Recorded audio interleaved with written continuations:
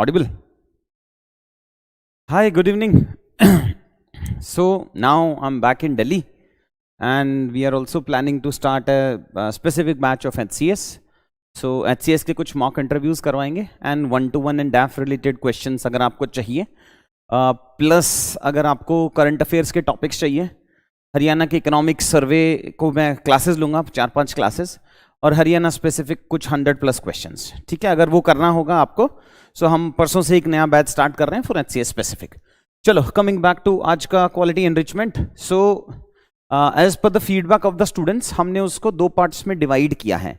In the sense some of the keywords will be simple, जैसे मैं आज cover कराऊंगा formalisation of economy.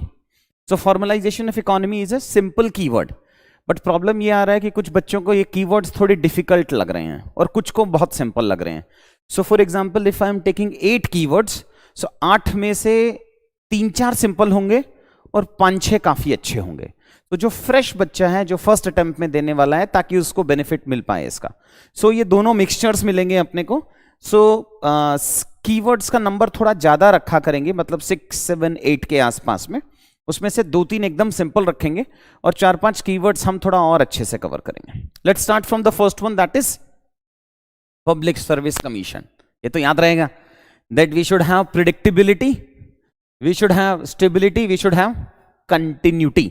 Public service commission इस part में डिवाइड करेंगे, and we have P, S and C is there, and it means for functioning of any institution, for functioning of any economy, we need public service commission, we need predictability, we need stability, as well as we need continuity.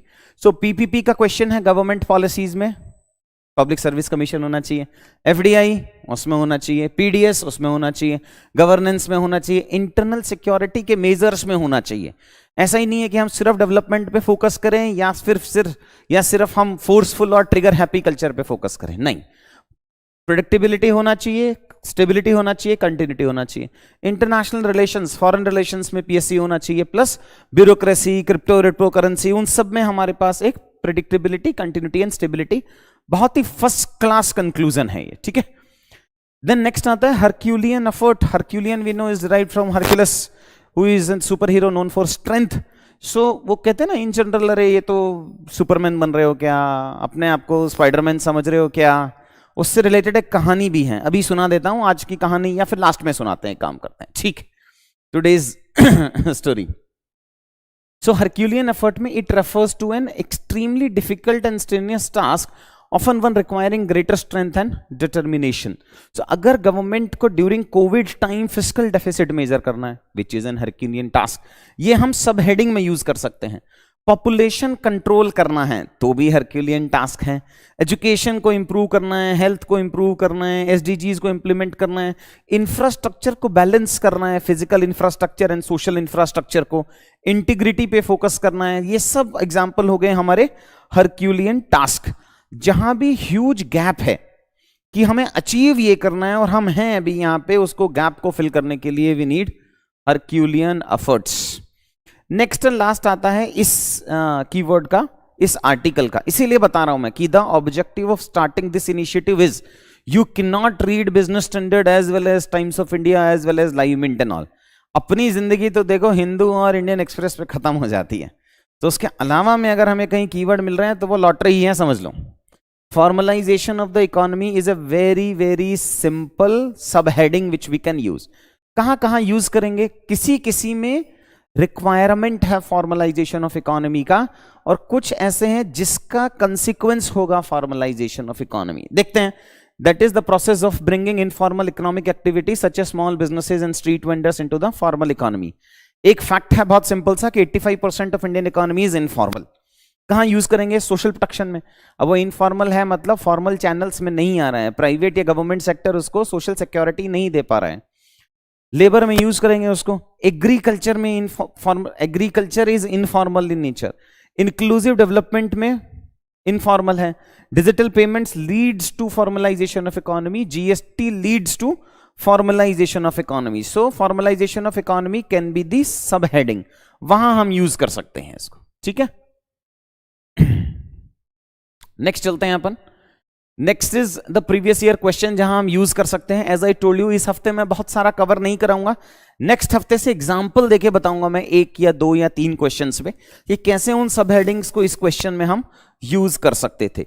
So reforming the government delivery system through the direct benefit transfer. अब DBT का question है. DBT को implement करने के लिए और DBT से exclusion inclusion errors नहीं आए, उसके लिए हमें चाहिए public service commission, that is predictability, stability and continuity. Next है national education public distribution system, meaning of investment and economy. So we require policies, PPP focusing upon PSC. फिर justify the need for FDI में use होगा. फिर Herculean effort कहां use हो सकता है? National education policy. अब नेशनल एजुकेशन पॉलिसी का मतलब है education comes under the concurrent list. कैसे लोकल लैंग्वेज में पढ़ाओगे, कैसे लोकल गवर्नमेंट इसको इंश्योर करेगा, कैसे स्टेट गवर्नमेंट क्वालिटी इंश्योर करेगा. इससे रिलेटेड एक कीवर्ड है, वो भी लिख लो, क्वांटिटी विदाउट क्वालिटी. एसर की रिपोर्ट पढ़ते रहते हो ना आप, एसर का रिपोर्ट आया, इसमें ऊपर नीचे हुआ. प्लस या वन मोर सजेशन इज कि हैंडआउट तो मैं आपको 9 PM दे देता हूं, एक नॉर्मल सा 3000-4000 का यार प्रिंटर परचेस कर लो, और उस प्रिंटर वो इंक वाला परचेस कर लो और उसको यूज कर लेना. तभी आप मैक्सिमम यूटिलाइज कर पाओगे इन क्लासेस का जो फ्री सेशंस हम करा रहे हैं. So that you can take the print out before starting the class. तो जो मैं बता रहा हूं ना, quantity, quality etcetera and all, वो सब आप यूज कर पाओगे, अदरवाइज वो यूसेज में प्रॉब्लम होगा. नेक्स्ट है formalisation of economy. So formalisation of economy में, गिग इकोनॉमी में, इनडायरेक्ट टैक्सेस में, ग्लोबलाइजेशन में, यहां सब हम फॉर्मलाइजेशन ऑफ इकोनॉमी यूज कर सकते हैं. नेक्स्ट है Antyodaya approach given by Gandhi ji. So Antyodaya approach means welfare of the people at the bottom of the pyramid. सबसे लोवेस्ट बोलते हैं ना, a chain is as strong as its weakest link. और तुम्हारी प्रिपरेशन प्रीलिम्स पास करने की प्रोबेबिलिटी उतनी ही स्ट्रांग है जितने सब्जेक्ट्स तुम छोड़ के जाने वाले हो, या मेंस पास करने का उतना ही वीकेस्ट पार्ट वो है जो आंसर राइटिंग के तीनों पार्ट्स में सबसे वीक है. इंट्रो वीक है, बॉडी वीक है, या कंक्लूजन वीक है. तो तीनों पे ही फोकस करना पड़ेगा. कंक्लूजन में हम कर सकते हैं फ्रॉम अंत्योदय टू सर्वोदय. सर्वोदय मतलब सबका भला, अंत्योदय मतलब last strata of the society का भला. अगर उसका भला होगा तो सबका भला होगा. या फिर रिवर्स में कर लो, Sarvodaya through Antyodaya, that is welfare of all through the weakest of the society. और कल वीक पुअर वर्सेज रिच का डेटा अपन ने कल पढ़ा ही था कि टॉप 1% के पास कितना है. 21 individual have same wealth as 70 crore people. It can be used for inclusive economic growth, social welfare, education, health, governance, poverty, vulnerable sections, corporate, etc. Next आता है gender inclusion. नॉर्मल कीवर्ड है, सिंपल कीवर्ड है. किसी भी question में एक gender का component हमेशा रखना. कहां कहां पे? सोसाइटी में, हेल्थ में, एजुकेशन में, गवर्नमेंट पॉलिसीज में, बजट में, एग्रीकल्चर में, डिफेंस में, साइंस एंड टेक्नोलॉजी में, वुमेन पार्टिसिपेशन.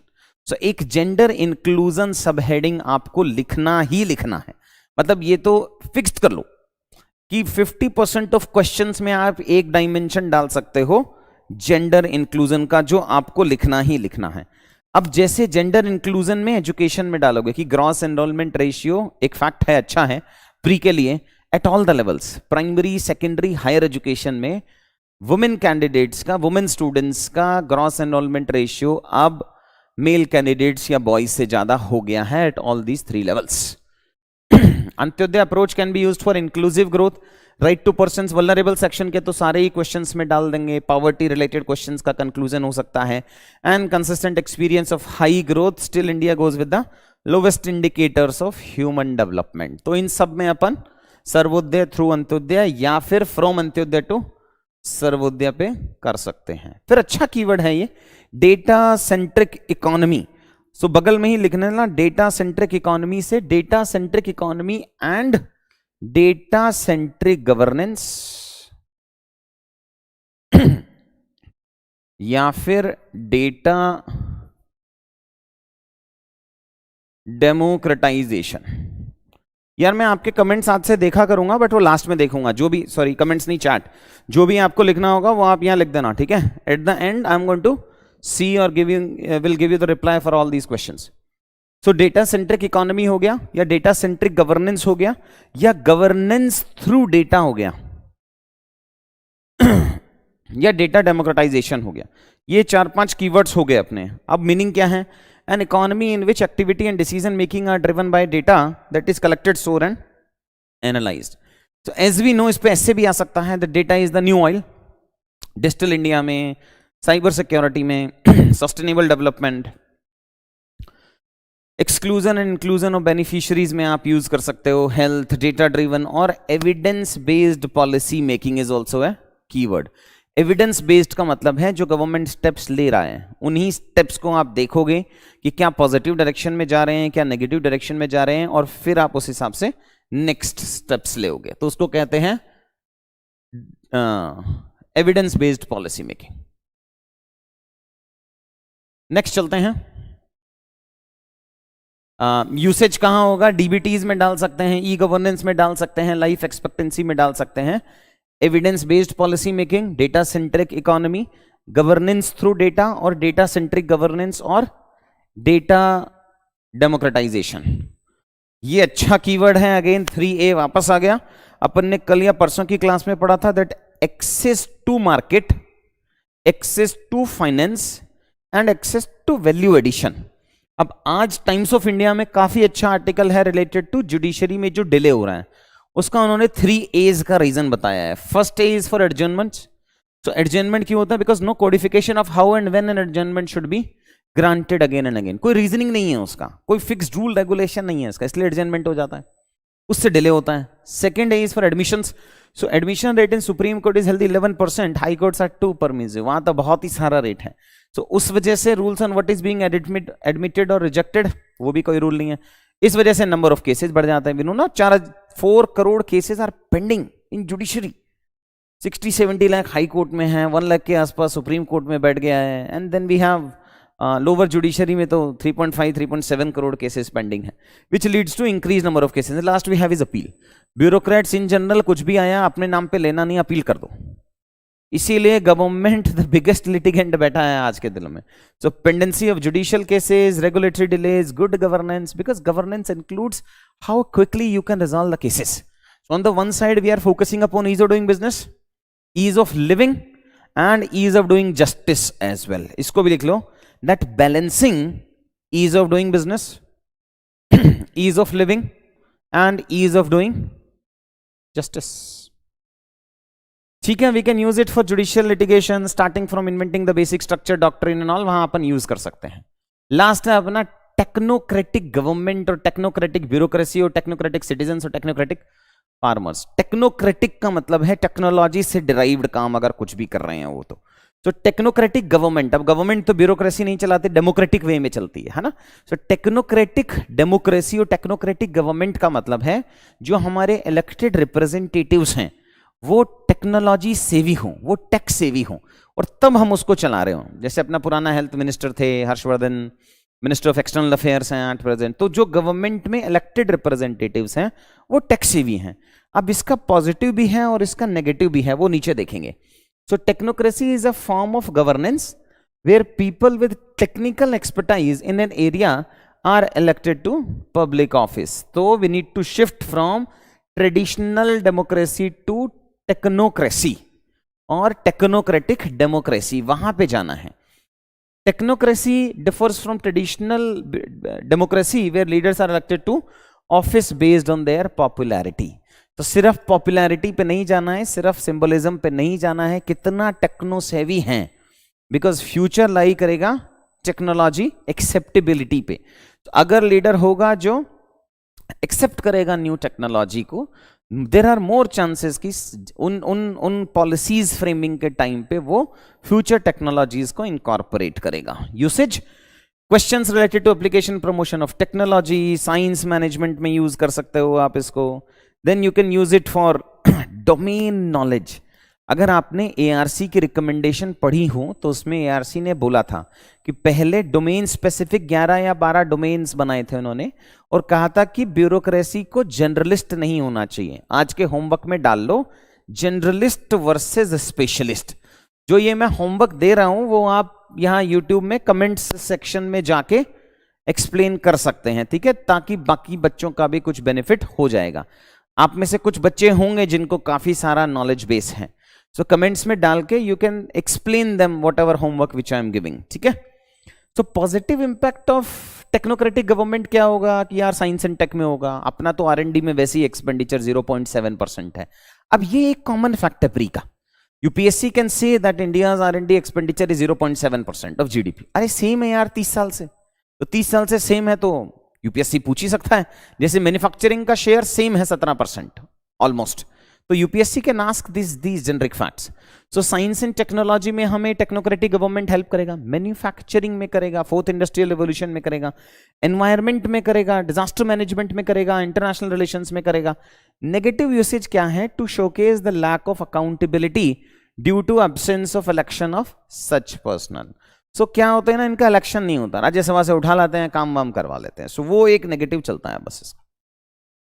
कहाँ यूज कर सकते हैं? फार्मर के केसेस में, सिटीजन्स के केसेस में, ब्यूरोक्रेसी में, गवर्नमेंट में, policy contradiction among various competing sectors, उसमें कंक्लूजन या वे फॉरवर्ड में डाल सकते हैं अपन। फिर implementation of information technology based traditional bureaucratic structure, ये तो सीधा पूछ ही लिया उसने।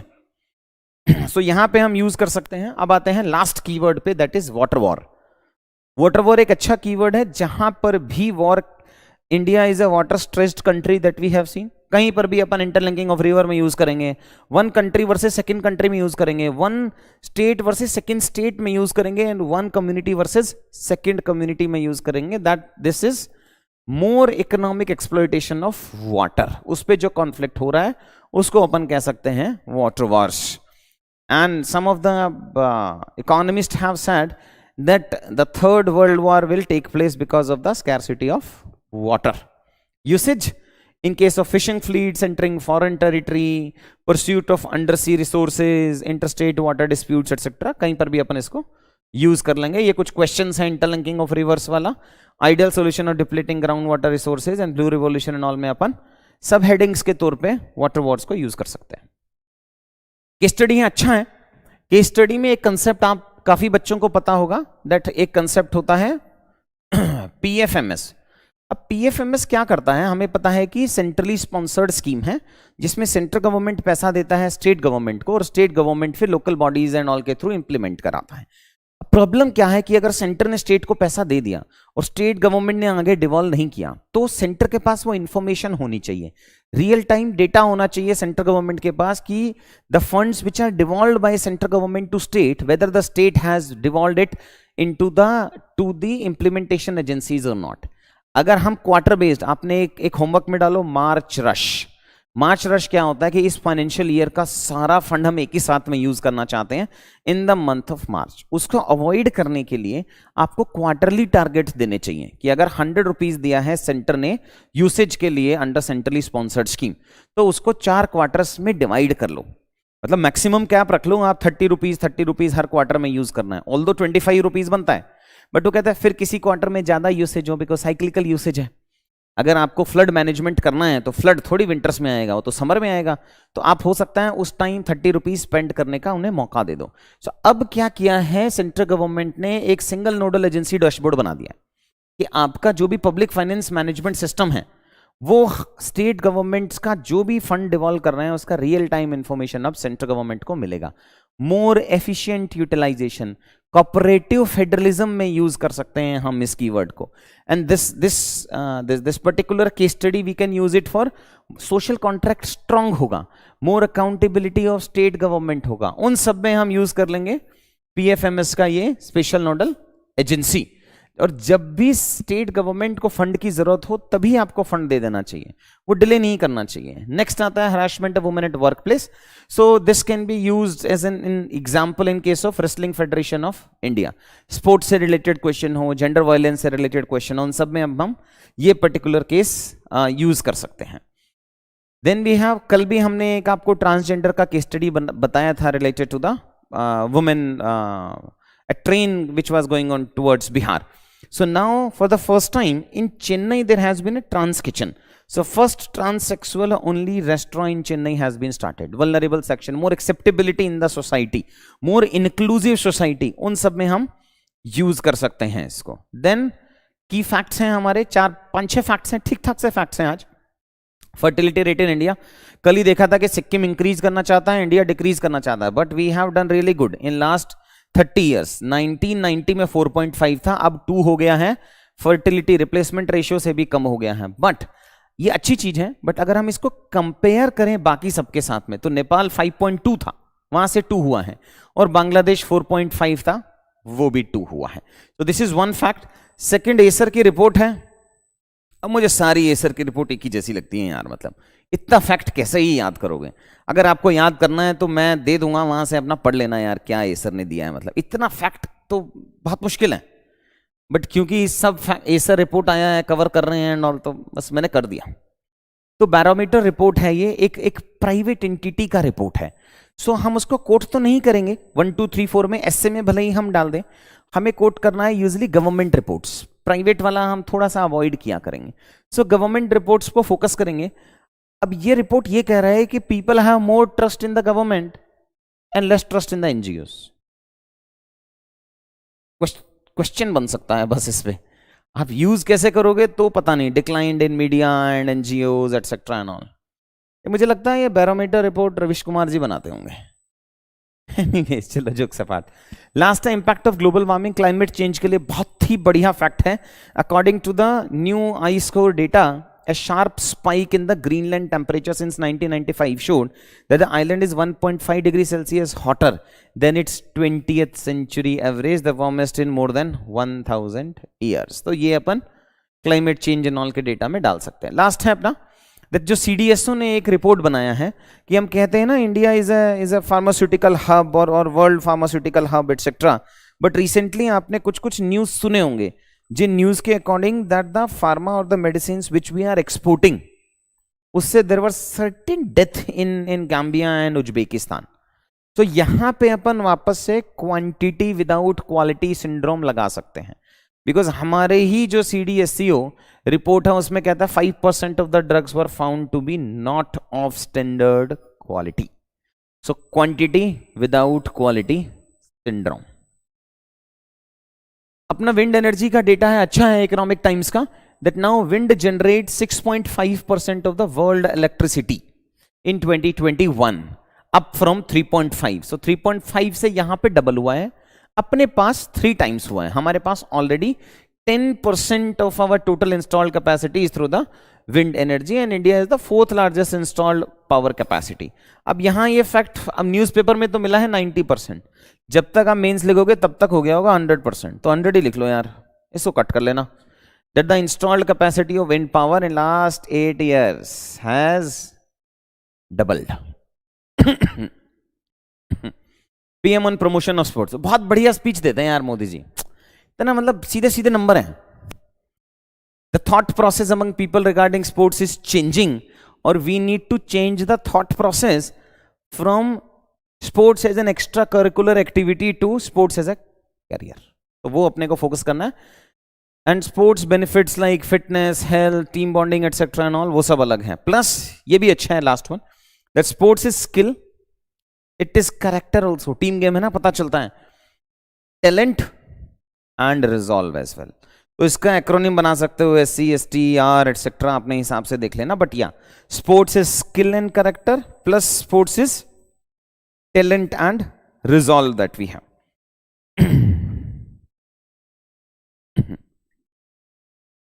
दो डेफिनेशंस हैं हमारा।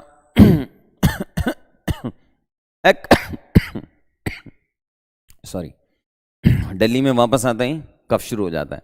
अकल्चरेशन का मतलब है that acculturation is a process through which a person or a group from one culture comes to adopt the practices and values of another culture। ये ना इंटरव्यू का फेवरेट क्वेश्चन है। आपने ग्रेजुएशन कहीं से किया है और स्कूलिंग कहीं और से, और आपका वर्किंग एक्सपीरियंस कहीं और से। They'll ask you what this place should learn from this, what this place should learn from this. How was your experience of these two places? Can you compare them in terms of education, in terms of society, in terms of infrastructure development and all? So acculturation is like two cultures, because India is such a diverse country. One culture should learn from other but keeping its own identity. उसमें मिल नहीं जाना है अपने को. So it is a social, psychological and cultural change that stems from the balancing of two cultures. So enculturation and acculturation are two different things. तो इसको देख लेना आप, ठीक है? टाइम्स ऑफ इंडिया में आया, ठीक ठाक सा आया. देन लास्ट अपना आता है मेरिटोक्रेसी. सो मेरिटोक्रेसी में it is a system, organization or society in which people are chosen and moved into positions of success, power and influence on the basis of their demonstrated abilities and merit. एक homework दिया था मैंने आपको, that is generalist versus specialist in bureaucracy. तो जो अभी IAS आता है उसको जनरलिस्ट बोला जाता है और डोमेन स्पेसिफिक जैसे IRS एंड ऑल बाकी सबको स्पेशलिस्ट बोला जाता है अपने डोमेन का. तो एक बार उसको आप और से पढ़ लेना. जल्दी से रिवाइज कर लेते हैं. That public service commission is there which we can use for a number of factors. FDI में यूज करेंगे, PPP में यूज करेंगे, etcetera and all. Herculean effort, इसका जो कभी पेंडिंग है वो अभी सुनाऊंगा. That such a big effort it is. Then we have formalization of economy is a simple keyword. Antyodaya approach is a good keyword.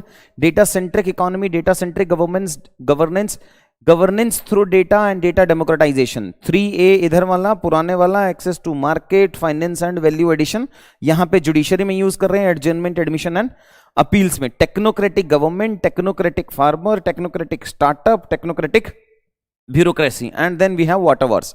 फिर यहाँ फिजिकल मैनेजमेंट से रिलेटेड कुछ केस स्टडी आया था, PFMS, वो अपन ने देख लिया था. Harassment of women at work place for wrestling and social acceptance of transgender. Chennai में फर्स्ट रेस्टोरेंट खुला है.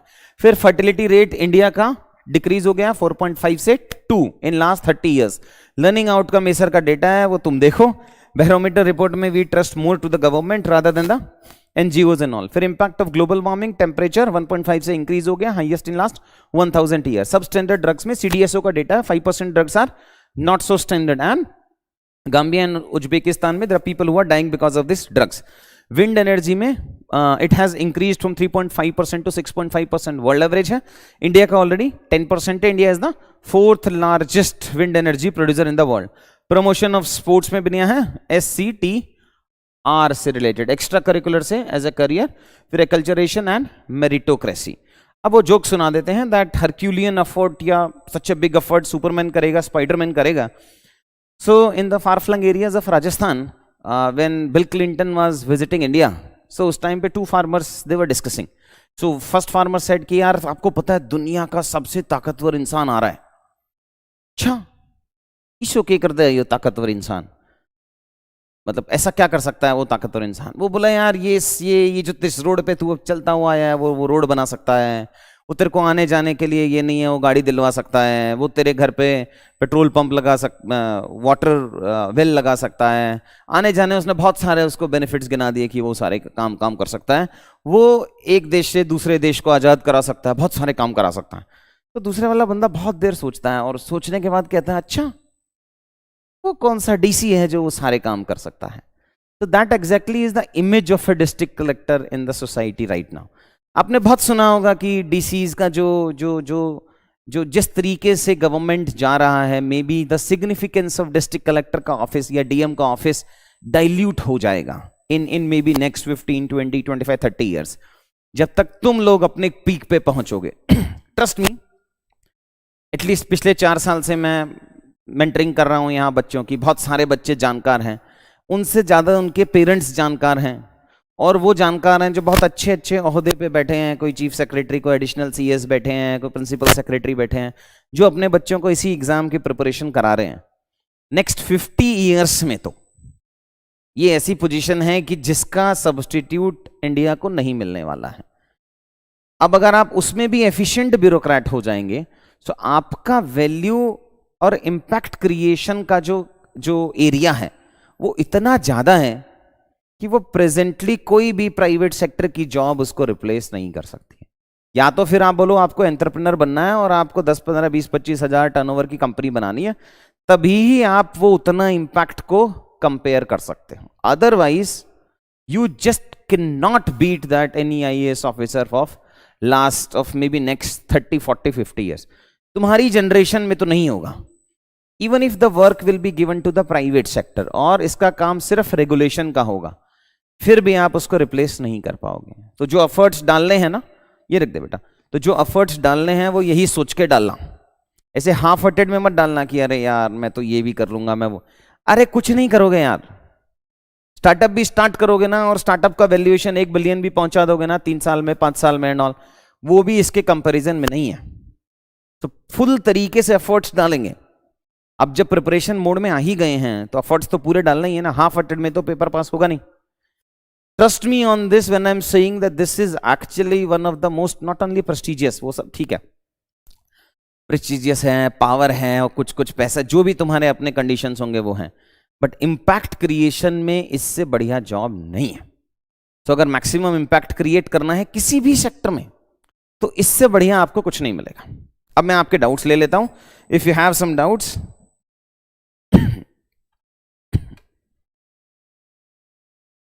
चलो, ग्रुप में पहले वाले वर्जन वाले नोट्स डालने हैं, वो डलवा देंगे बेटा, बट वो जो 1 पेजर है, जो 5 पेजेस का है, वो अभी से ही आएगा बस। टेलीग्राम पे भी डालना बिफोर सेशन स्टार्ट्स, कोशिश करेंगे टेलीग्राम का, बट व्हाट्सअप ज्वाइन कर लो ना, वो सेफ है आप सबके लिए। लास्ट में कंपाइल दे पाएंगे बिसाइड्स डेली, हाँ मंथली भी आएगा कंपाइलेशन, बट जो मैं डेली होमवर्क दे रहा हूँ उसका क्या करोगे फिर, वो तो अपने लिखना ही है ना। गला बैठ गया, अरे दिल्ली पोल्यूशन बहुत गड़बड़ है यार। 16 जैन का पीडीएफ, 16 जैन का पीडीएफ वो लेट में आ नहीं रहा है बेटा, मैं वापस से डलवा देता हूँ। पीपीटी वाली पीडीएफ शेयर हो रही है बेटा, वो आर्टिकल्स वाली, it is already we are sharing. ठीक है, lateral entry, differentiate, acceleration and socialize, वो क्लास में बताएंगे कभी। और देश में पीएम, स्टेट में सीएम, जिले, अरे जिले विले में नहीं है बेटा, देश में ही है DM. Can mains be prepared after this and ethics notes, चलो ठीक है डिस्कस कर लेता हूँ। एक वो सिम्मीकरण करके बच्चा है, वो तुमने देखा होगा already, she actually prepared between pre and mains. 3.5 महीने में, देखो बहुत बच्चे क्लोज होते हैं, वो भी बहुत क्लोज बच्चा है, बट ऐसा भी तो होगा कि जो सिम्मीकरण से ज्यादा क्लोज बच्चा होगा मेरे, ऐसा तो होगा ना। Trust me, this girl actually cleared with the preparation of 3.5 months। उनका जो लेवल ऑफ प्रिपरेशन था at the time, she pre उन्होंने खुद से पास किया है अपनी नॉलेज से। She met me 1 day after the prelims exam कि सर अब हो गया, अब 3 महीने में तो होना नहीं है, PSIR जैसा ऑप्शनल है, ना क्लास लिए ना कुछ और किया है, क्या करना है, और GS तो भी स्टार्ट करेंगे। सो शी सेड कि सर नेक्स्ट ईयर का प्रिपरेशन प्लान कर लेते हैं, किसी बच्चे के रेफरेंस के थ्रू आए थे वो, तो पहले हमने कहा शुरू तो करते हैं फिर देखेंगे क्या करना है। So when she started preparing, वो बहुत बच्चा मतलब क्लास आता था और क्लास के बाद वेट करता था 1 घंटा, डांट भी खाए हैं उसने, ऐसा नहीं है, वेट भी किया कि 1 घंटे बाहर सोफे पे बैठ के उसने, but somehow by the end of 3 months वो चेंजेस विजिबल आ गए थे उनके अंदर ना, कि हाँ इस बार हम निकाल सकते हैं, हो गया है प्रिपरेशन तैयार। सो मैं उसी का एग्जाम्पल देता हूं बिकॉज वो मेरे पास ऐसा बच्चा है जिसने शॉर्टेस्ट टाइम स्पेन में मेंस पास किया। She got 200 marks in interview, so she got all India rank 31। But हाँ सिलेक्शन तो वैसे भी हो जाता, और बहुत ही मल्टी टैलेंटेड बच्चा है, इंटरव्यू में भी 201 आए हैं उसके, 206 भी आ सकते थे, 195 के ऊपर तो किस्मत ही है मोटा मोटी। 3.5 महीने में पास तो हो सकता है। हमें प्रीवियस किस बैकग्राउंड से आते हैं वो मैटर करता है, कितना आंसर राइटिंग का फ्लेयर है वो मैटर करता है, बट ऐसा नहीं है यार कि हम बहुत एफर्ट से यूपीएससी का एग्जाम दे और वो पास नहीं हो। यूपीएससी नहीं होगा तो स्टेट पीसीएस हो जाएगा, बट हो तो जाएगा यार, मतलब ऐसा नहीं है। I will not agree to this कि हाँ ऐसा हो सकता है इस अटेम्प्ट में नहीं हो तो नेक्स्ट अटेम्प्ट में हो जाए, नेक्स्ट में नहीं हो तो उससे अटेम्प्ट में हो जाए, बट वो बहुत मुश्किल है। यार हिंदी मीडियम नहीं हो पाएगा बेटा, हिंदी मीडियम है नहीं, कंटेंट की टीम ही नहीं है मेरे पास। वनीता हाँ ऑफिस आ जाओ बेटा, मैं ऑफिस में रहता हूँ, आप you can come in the second half, 4, 5, 6, 7, 8 के आसपास में आप आ सकते हैं, मिल लेंगे। ठीक है ठीक है चलो, ओके थैंक्स गाइस, बाय।